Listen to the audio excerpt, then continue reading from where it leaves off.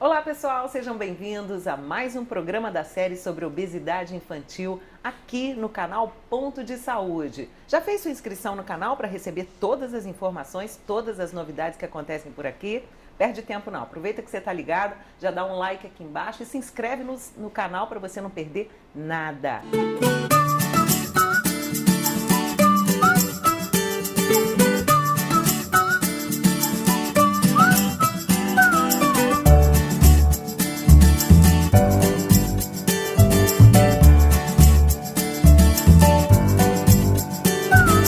Hoje o assunto é profundo, hein? Estou aqui com a doutora Tatiana Marques, que ela é cirurgiã pediátrica. Tudo bem, doutora? Tudo bem. Seja bem-vinda aqui ao nosso canal. Obrigada. Para falar sobre um assunto tão importante, né, doutora? Sim, é uma muito preocupação muito grande hoje em dia, a obesidade infantil. Sim. Conta pra gente, criança pode fazer a cirurgia bariátrica?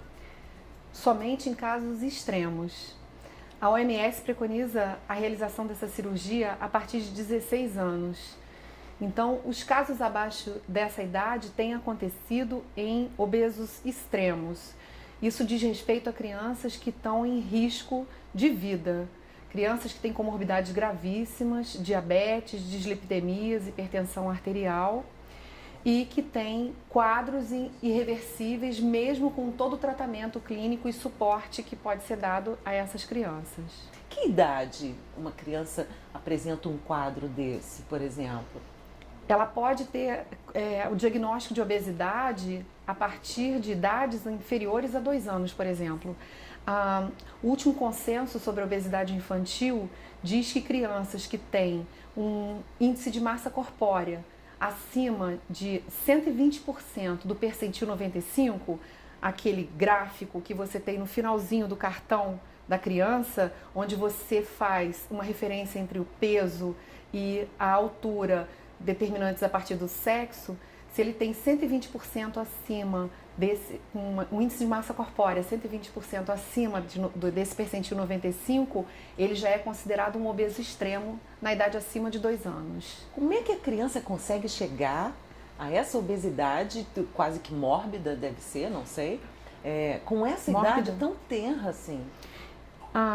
Das raras doenças endócrinas que podem acontecer, e algumas delas precisam ser avaliadas, né, que são doenças congênitas que levam à obesidade por uma deficiência genética, a maioria das vezes se dá por erro alimentar mesmo. É mesmo?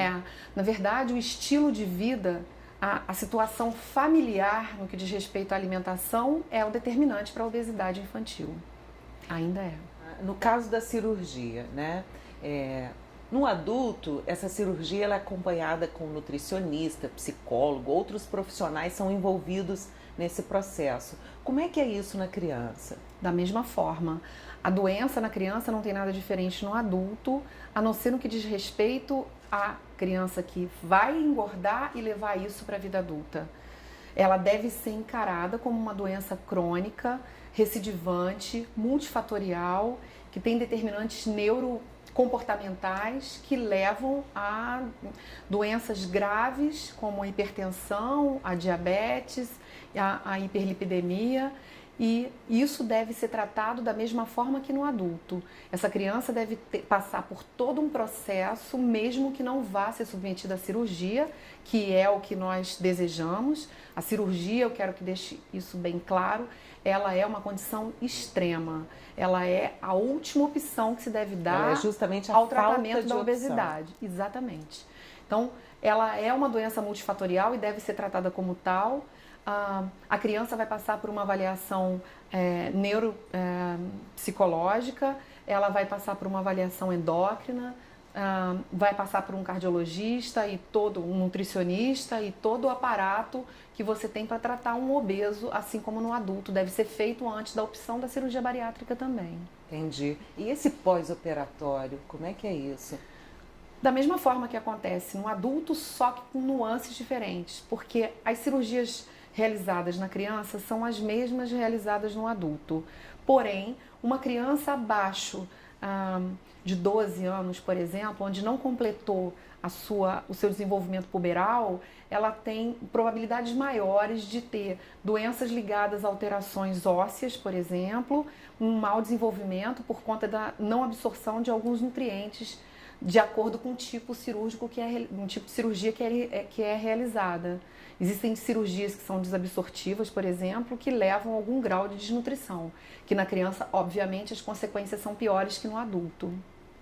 E essa criança, esse pós-operatório também demanda muita medicação, porque eu sei que o adulto pós-operatório toma remédio para a vida toda. A criança também. Depende também, Lula, do tipo de cirurgia que é feito. Existem três tipos de cirurgia, basicamente, que são utilizados na criança e no adulto hoje em dia.